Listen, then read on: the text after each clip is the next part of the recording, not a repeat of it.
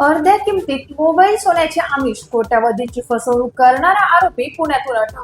नाशिक जिल्ह्यातील येवला तालुक्यातील नगरसूल येथील सुप्रसाद प्रमोद दीक्षित याने अर्ध्या किमतीत महागडे मोबाईल फोन व सोने देण्याचे आमिष दाखवत राज्यभरातील नागरिक व तरुणांची कोट्यावधी रुपयांची फसवणूक केली.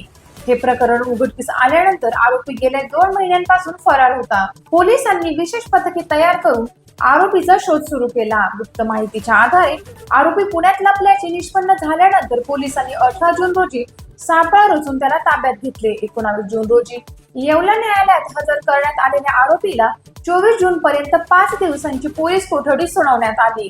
प्राथमिक तपासात नाशिक, संभाजीनगर विविध ठिकाणी मोठ्या प्रमाणात फसवणूक झाल्याचे स्पष्ट झाले आहे.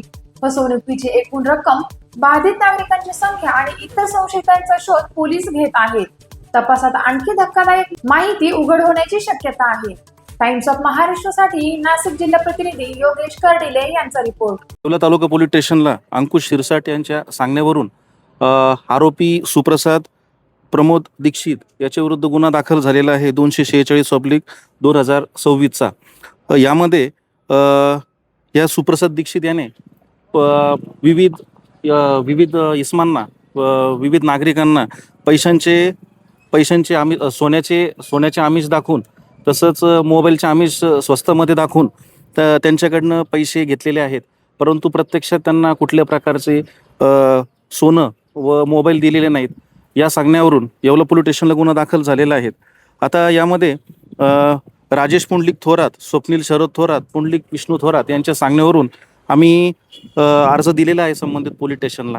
आणि पोलिसांनी चौकशी केली असता या गुन्ह्याची व्याप्ती संपूर्ण महाराष्ट्रभर साधारण 30 ते 35 करोड रुपयेपर्यंत असण्याची शक्यता आहे. तर मी आपणास एक आव्हान करू इच्छितो सर्व फिर्यादींना किंवा सर्व पीडितांना की त्यांनी बेशक समोर यावं आणि येवला तालुका पोलीस स्टेशनला किंवा तुमच्या न्यायालयामध्ये तुमच्या हद्दीमध्ये असलेल्या पोलीस स्टेशनला येऊन तुम्ही बिनधास्तपणे फिर्याद द्या. ऑनलाईन ट्रान्झॅक्शन जर झाले असतील तर त्या संदर्भात